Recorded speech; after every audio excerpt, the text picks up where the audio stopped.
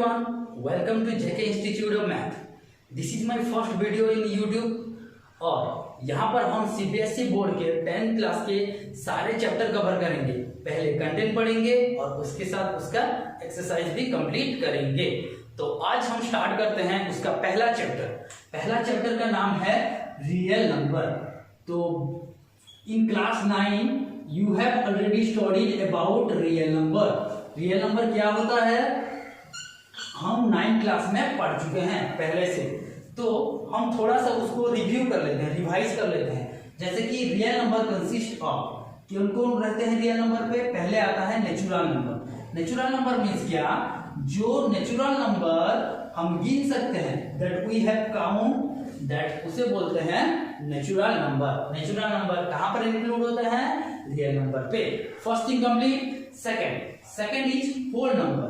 Whole number क्या होता है?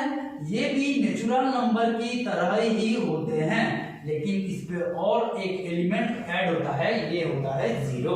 That means whole number consist of zero and all the natural number. Third number पे आते हैं इंटीजर बोलते हैं जेड पे क्या होता है? जीरो रहते हैं, ऑल द पॉजिटिव नंबर रहते हैं जिनको हम काउंट कर सकते हैं, and it also include the negative number, all the negative number. तो जेड मतलब इंटीजर्स आर क्या?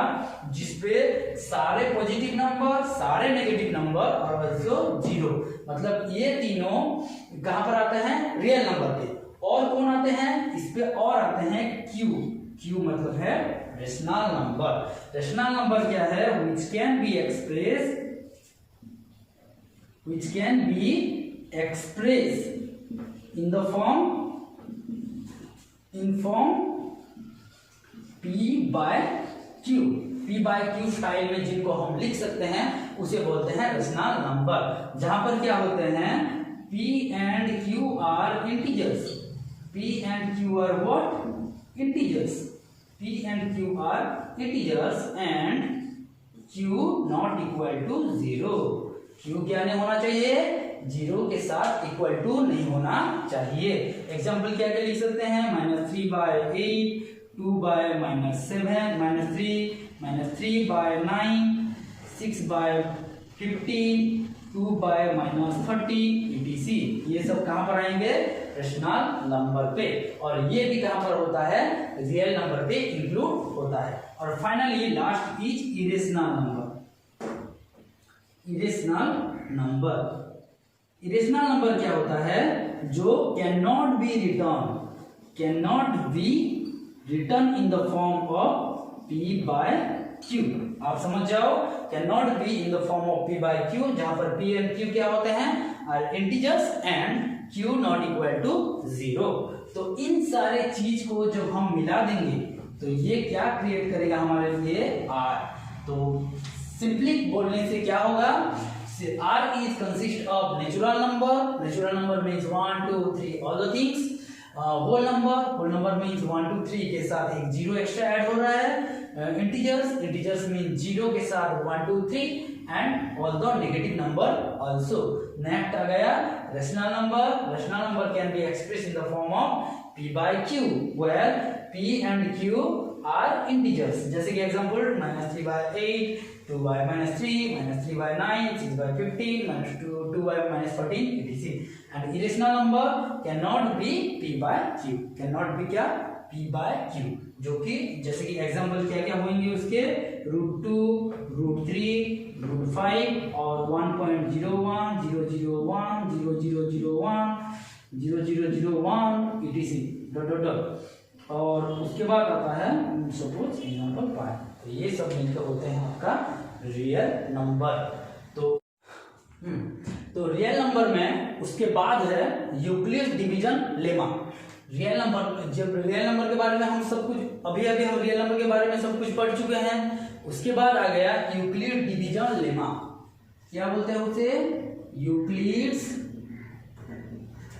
Division lemma.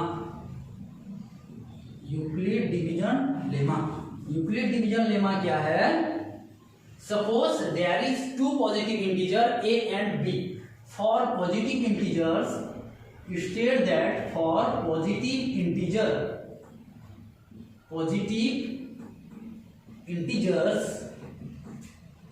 a and b, there exist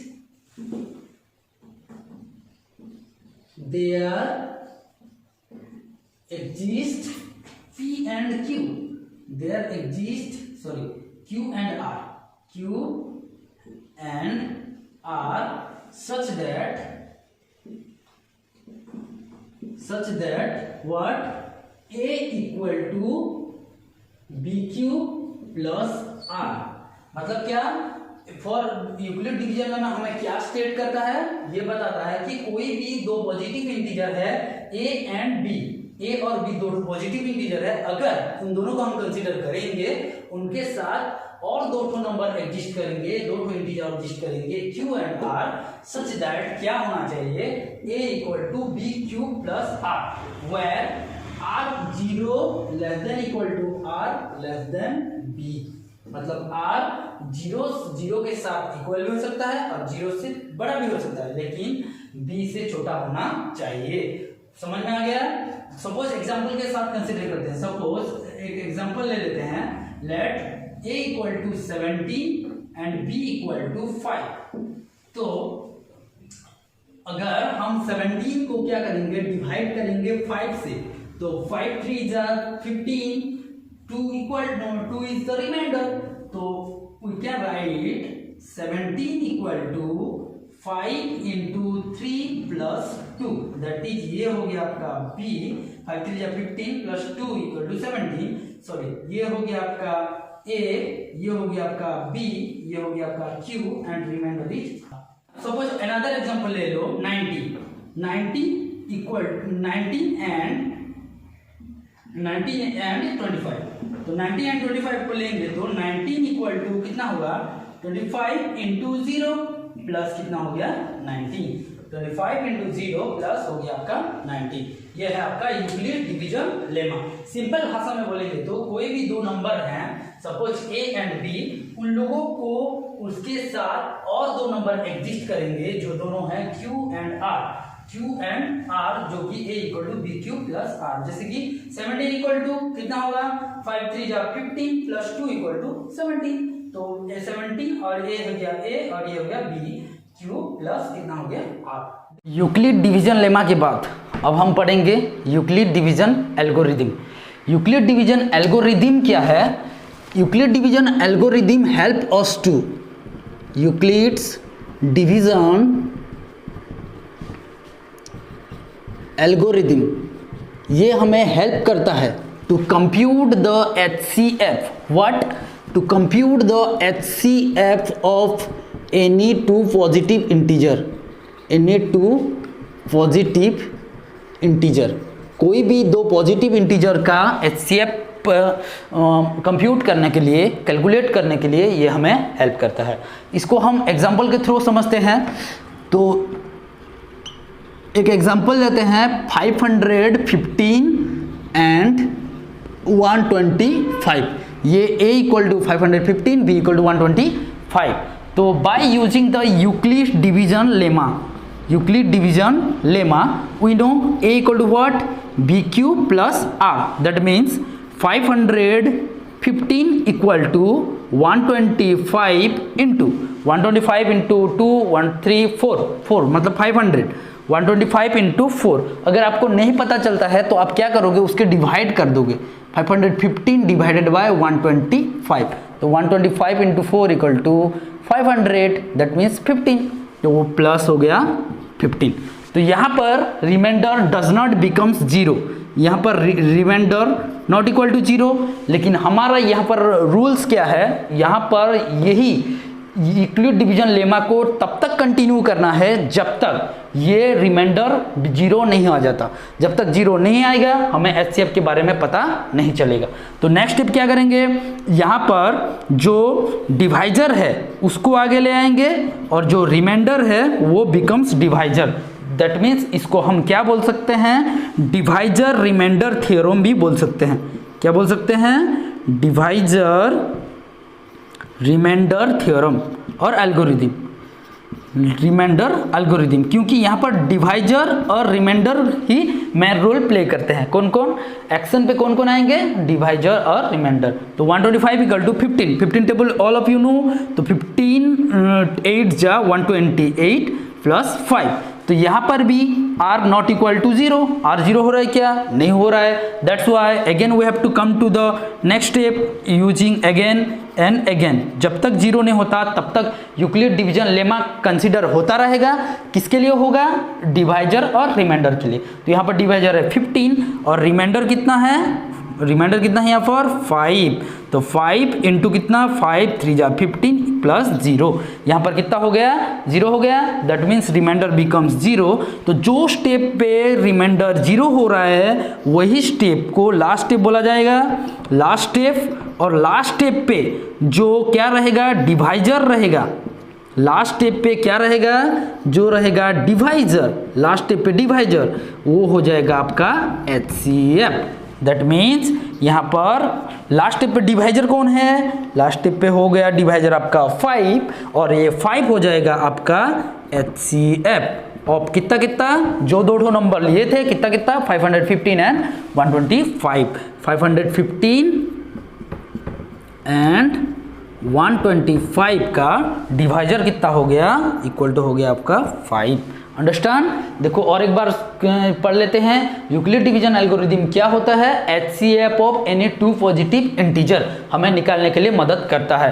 तो यहाँ पर दो नंबर हम लिए हैं अपने मन से, 515 and 125।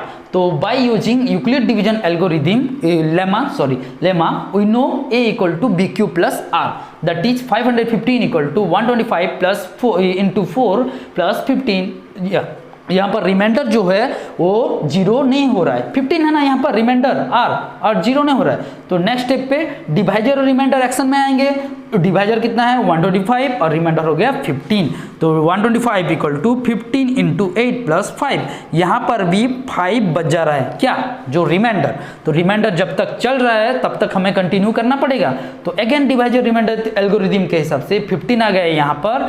15 equal to 5 into 3 plus 0। तो रिमाइंडर लास्ट फाइनली 0 हो गया, और जो स्टेप में 0 हो रहा है उसको लास्ट स्टेप बोलेंगे। लास्ट स्टेप पे जो डिवाइजर रहेगा, डिवाइजर यहाँ पर कितना है?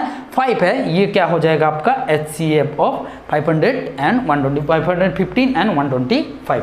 अगेन अनदर एग्जांपल ले लेते हैं यहाँ पर। अनदर एग्जांपल, सपोज हमें HCF ऑफ 96 एंड 42, 96 एंड कितना? 42। तो using Euclid division lemma 96 equal to कितना होगा? देखो A इक्वल टू कितना होता है? BQ plus R। तो A इक्वल टू है 96 और B equal to 42 into 2, 84 plus 12, 84 plus 12 is 96। तो यहाँ पर remainder does not equal to 0। यहाँ पर 0 हो रहा है क्या? नहीं हो रहा है। तो वही divisor remainder algorithm, divisor remainder algorithm फिर से यूज करेंगे। तो कितना आएगा? यहाँ पर जो डिवाइजर है वो 42 और रिमाइंडर कितना है यहाँ पर? 12 का टेबल तो आता है हमें। कितना लिखेंगे बताओ? 12 इंटू 3 36 प्लस कितना? 36 प्लस 6 इक्वल टू 42। यहाँ पर भी रिमाइंडर कितना आ रहा है? 6, जो कि नॉट इक्वल टू 0। 0 हो रहा है क्या? नहीं। जब तक 0 नहीं होगा हमें कंसीडर करना पड़ेगा।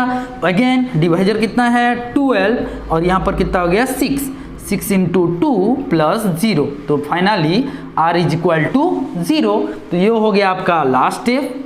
और लास्ट स्टेप पे जो डिवाइजर रहता है, डिवाइजर जो रहता है वो क्या हो जाता है? HCF। किसका किसका? यहाँ पर कितना कितना लिए हैं HCF? किसका किसका? 96 एंड कितना? 42। तो 96 एंड 42 का डिवाइजर कितना हो गया? 96 एंड 42 का डिवाइजर हो गया यहाँ पर 6। समझ में आ गया? जब तक हमें 0 नहीं मिलता रिमाइंडर पे तब तक हमें यूक्लिड डिवीजन लेमा यूज करके नीचे नीचे नीचे नीचे स्टेप जाना पड़ेगा। और जब 0 आ गया, जो स्टेप में 0 आया वो हो गया आपका लास्ट स्टेप। और लास्ट स्टेप में जो डिवाइजर है वही आपका क्या हो जाएगा? लास्ट स्टेप में जो डिवाइजर है वही आपका हो जाएगा HCF, जो दोनों नंबर लिए हो। सपोज मैं आपको दो एग्जांपल दे रहा हूँ, होमवर्क आप घर पे कर लेना। एक ले लो 128 एंड 92। 2 और नंबर 2 ले लो 486 एंड 322। ये दोनों आप करके नीचे कमेंट बॉक्स पे लिखना। हाँ, तो हम अभी पढ़े हैं यूक्लिड डिवीजन एल्गोरिथम, तो वहाँ पर एचसीएफ कैसे निकालते हैं हम सीख चुके हैं। अभी come to your example 2, NCERT book का एग्जाम्पल 2 हम करेंगे। एग्जाम्पल 2 क्या बोला है, so that for every positive even integer वो कौन सा फॉर्म में होना चाहिए, 2q में, और for every positive odd integer वो कौन सा फॉर्म में होना चाहिए, 2q + 1 में होना चाहिए। ठीक है, तो ये हमें शो करना है, तो बहुत इजी है। सॉल्यूशन पे आ जाओ। सॉल्यूशन पे लेट क्या करो, ए be any positive integer, A be any क्या, पॉजिटिव इंटीजर, एंड b = ले लो आप क्या कितना, 2। b भी एक पॉजिटिव इंटीजर है जो कितना है, 2 है। तो by using Euclid division lemma a = कितना होता है, bq + r, जबकि r का कंडीशन क्या है, 0 <= r <= 2। a = क्या होना चाहिए, bq + r। ये तो हम पहले पढ़ चुके हैं, देखो याद है ना, a = bq + r, जबकि r का कंडीशन है 0 <= r <= 2। तो यूज करने से बात क्या होगा, a = bq, b की जगह पर हो गया 2q + r, तो r का कंडीशन क्या हो गया, 0 <= r <2। यहाँ पर सॉरी, यहाँ पर मैं पहले से 2 लिख दिया हूँ, एक्चुअली b है, b की जगह पर यहाँ पर 2 आ जाएगा, तो r का वैल्यू कितना कितना होगा बताओ, r का वैल्यू हो गया आपका 2 से छोटा, 2 से छोटा मतलब 0 and 1, 0 and 1 होगा ना, यस, क्योंकि 2 से छोटा और 0 से सेम होना चाहिए r। तो नाउ a = कितना होगा, 2q + r की जगह पर पुट कर ले पहला 0, 2q + 0 हो गया आपका 2q, और r a = और एक कितना होगा, और = 2q + r, 2q + r की जगह पर कितना पुट करेंगे, 1, 2q + 1, क्योंकि r का वैल्यू कितना कितना है, 0 and 1, तो 0 एक जगह पर और 1 एक जगह पर, तो दोनों वैल्यू आपको मिल गया। 2q + 2q चाहिए था और 2q + 1 चाहिए था, तो ये हो गया आपका इवेन के लिए, और ये आपको हो गया ऑड के लिए, ये आपका प्रूफ हो गया, शो कर दिए हम, है ना, इजी है। a को एक पॉजिटिव इंटीजर लेना है, और एल्गोरिथम तो जानते हो आप, lemma a = bq + r, r का कंडीशन है 0 <= r b, और उसके बाद a = हो गया 2q + r, जबकि a b = 2 लिए थे हम, यस 2 लिए थे ना, तो r का कंडीशन 2 से छोटा होना चाहिए, तो 0, r = 0, 1, तो a = 2q + r की जगह पर 0 दैट इज 2q, और a = 2q + r की जगह पर 1 और, ठीक है। तो ये हो गया आपका एग्जांपल 2। नाउ कम टू 3, ये भी सेम है, थोड़ा सा चेंज, यहाँ पर एवरी पॉजिटिव इवन और ऑड के लिए बोला था, यहाँ पर बोला है so that for every positive odd integer, odd integer के लिए, किसके लिए, for every positive odd integer is of form 4q + 1, 4q + 3, ये फॉर्म में होना चाहिए, ये हमें शो करना है। For every positive odd integer, हाँ माइंड इट, ये बड़ा इंपॉर्टेंट है। For every positive odd integer same thing, let a be any positive integer, एक पॉजिटिव इंटीजर आपको लेना है बस, और b = कितना लोगे यहाँ पर, ये तो क्लियरली आपको दिखा रहा है कितना लेना है, 4, b = हो गया 4, और जो ये q है, ये q आल्सो एक पॉजिटिव इंटीजर है, ओके। तो a = क्या होगा, यूक्लिड डिवीजन लेमा के हिसाब से, यूक्लिड डिवीजन लेमा के हिसाब से a = हो गया bq + r, जबकि r का कंडीशन क्या है, 0 <= r b, ये होना चाहिए r का कंडीशन, ओके। तो a = कितना होगा बताओ, b की जगह पर हो जाएगा 4 लिया ना हम, यस 4q + r, क्योंकि r का कंडीशन यहाँ पर कितना होगा, 0 r की जगह पर, b की जगह पर कितना होगा 4, तो r का वैल्यू 4 से छोटा होना चाहिए, छोटा होना चाहिए मतलब r कितना कितना होगा बताओ, पहला हो जाएगा 0, फिर होगा 1, फिर होगा 2, फिर होगा 3, 4 नहीं होगा क्योंकि 4 से छोटा होना चाहिए, है ना, तो 0, 1, 2, 3। तो नाउ a = क्या होता है, a = 4q 4q plus r की जगह पहले पुट करेंगे हम कितना, पहला value 0, 4q plus 0 that is हो गया 4q a equal to 4q 0 के बाद कितना आता है यहाँ पर 1, 4q प्लस 1 दैट इज हो गया आपका 4q plus 1 a equal to next is 4q plus 2 और a इक्वल टू हो गया 4q प्लस 3। चार वैल्यू हो गया ना, 0 के लिए 0, 4q प्लस 0, 1 2 3। ठीक है, देखो r का वैल्यू है, कोई भी दिक्कत नहीं होना चाहिए मेरे हिसाब से, लेकिन हम कंसीडर कर रहे हैं ऑड के लिए। यहाँ पर इवन और ऑड था, ये हो गया बस ऑड के लिए। लेकिन देखो ये 2, 4q प्लस 2 ये इवन है, काम नहीं देगा। 4q ये भी इवन है, काम नहीं देगा। तो आएंगे कौन कौन, 4q plus 1 and 4q plus 3। 3 है, 4q प्लस 3 तो हम शो कर दिए 4q प्लस 1 और 4q प्लस 3 फॉर्म में रहेगा। किसके लिए, ऑड इंटीजर के लिए। अगर आपको पूछता कि इवन इंटीजर के लिए चूज करो तो ये दोनों काम नहीं आते, एक्शन में कौन आते, 4q एंड 4q प्लस 2। तो ये हो गया आपका एग्जाम्पल। ठीक है, तो इसी के साथ हमारा क्या खत्म होता है, एग्जाम कंटेंट खत्म हो गया। तो एक्सरसाइज पे आते हैं। एक्सरसाइज 1.1, एक्सरसाइज कितना 1.1 नंबर 1 बोला है। Number 1, find out the HCF by Euclid division algorithm. Euclid division algorithm HCF of 135 and 225।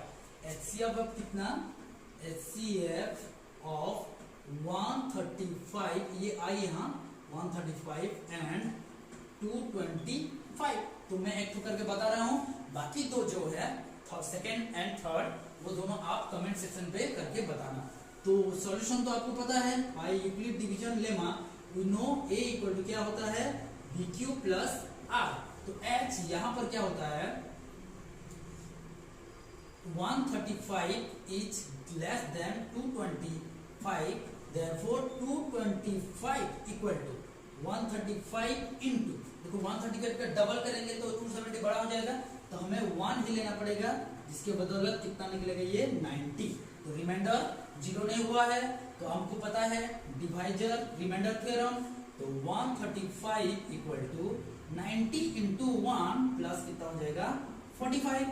तो 0 अभी भी नहीं हो रहा है, तो उसका मतलब क्या करेंगे, फिर से हम डिवाइजर एंड रिमाइंडर। तो कितना हो गया ये 90 इक्वल टू 45 इंटू 2 प्लस कितना हो गया 2, सॉरी 45 प्लस 2 इंटू 0। तो रिमाइंडर बिकम 0। तो जब रिमाइंडर 0 हो जाता है तो जो HCF होता है वो becomes divisor of the last step, divisor of the last step. तो लास्ट स्टेप का डिवाइजर कितना है 45। तो ये आपका हो गया क्या, ये आपका हो गया HCF ऑफ 135 एंड 225। सेकेंड और थर्ड आप कमेंट सेक्शन पे करके बताइए प्लीज, और वहां से पता चलेगा कि आप एक्चुअली में कर पा रहे हो कि नहीं।